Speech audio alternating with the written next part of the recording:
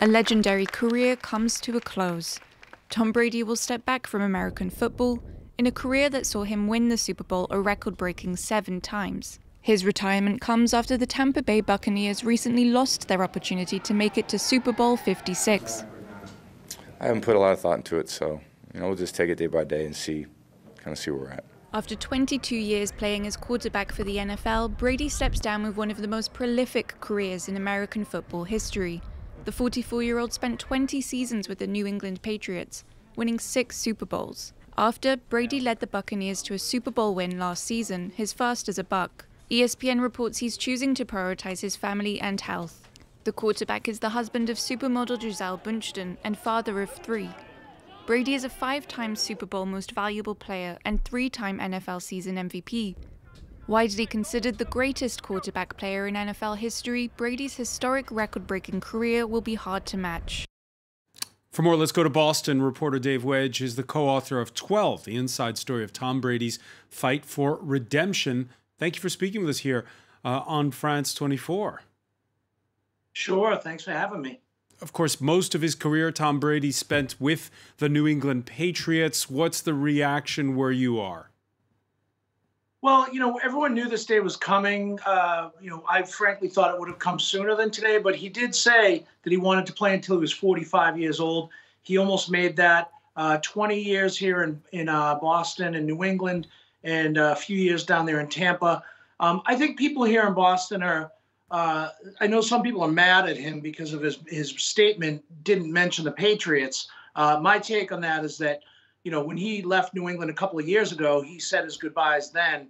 Today it was about retiring from the NFL, and his current team is the Tampa Bay Buccaneers. But I have no doubt that Tom Brady will remain involved in the NFL and probably in some capacity with the New England Patriots. He's certainly the most beloved New England sports figure of all time. He's the winningest pro athlete really of all time, especially in football.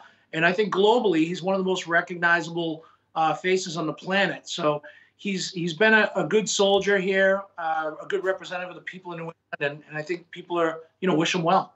He when he breaks into the NFL, he wasn't supposed to be a star. He was drafted in the 6th round. What is it about Tom Brady? Yeah, so we write about this a lot in our book. When he came out of University of Michigan, he was 4th-string quarterback here in New England, and he was behind Drew Bledsoe and a couple of other guys. And when he finally got his chance, he never looked back. But as we talk about in the book, he always remembered that so many teams passed him over. He was the 199th overall pick, one of the last quarterbacks taken in that draft. He never forgot that, and he played his entire career with that chip on his shoulder. And he felt that he always had something to prove every time he stepped on the field. And I think that continued when he went to Tampa, where a lot of people said when he was done in New England, he won that last Super Bowl in 2018. And I think people thought he was finished then. And he said, no, I've got another act. And he sure did. He went to Tampa and he won another Super Bowl. So he's always been driven by the desire for people to show him respect. So there was one blotch on his career, and you write about it in your book. It was so-called Deflate Gate, where they had, basically cheated by having an underinflated ball. He rebounded from that as well. Yeah, well, again, as we write about in the book, it's up for debate still whether or not Tom Brady cheated in Deflategate. There's no proof that he knew that those balls were deflated or he instructed anyone to do that. There's not even any evidence that it was really even checked properly. So there's a lot of unanswered questions that remain in Deflategate. Really, what that was all about was the NFL down on the Patriots as an organization, and Roger Goodell using that situation to show the players who was in control. It was a minor equipment violation at best, and they turned it into a capital murder case. But Tom Brady remained, in my opinion, he showed a lot of class throughout the experience, and he did rebound from it very nicely. Obviously, he won arguably the greatest football game ever played when he beat the Atlanta Falcons in that Super Bowl. And when he was seen on the golf course playing with Donald Trump, did that divide the people? Yes, certainly there was a lot of people that weren't happy with Tom Brady when he was showing his support for Donald Trump. But But, Tom he was able to sidestep that as well. He kind of stepped out of that political arena and said, look, I'm a football player. I'm not a politician. But there's a lot of people that speculate that he may be a politician one day. Certainly the people in California would love to see him run for Senate, I would think.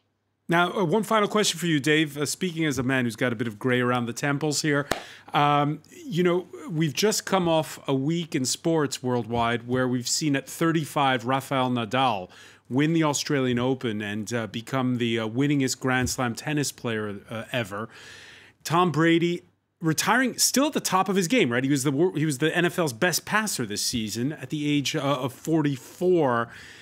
Is that a sign that, 44 is the new 35 in a way in sports? As a 51-year-old, I'd like to think so, but I do think that, a guy like Tom Brady prided himself on really taking care of his body. He's obviously, it's well documented that he has all these fit.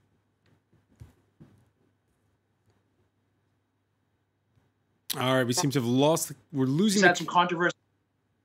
Go ahead. I think we have the connection back. Go ahead, Dave. So, he's got his coach, Alex Guerrero, that a lot of people say, he's had his own controversies, but Alex Guerrero certainly prepared Tom Brady for a life in the NFL. And he extended his career at the top of his game, as you said, like no one else before. So it's been an amazing thing to watch, especially here in Boston, watching him come from nobody to what he became.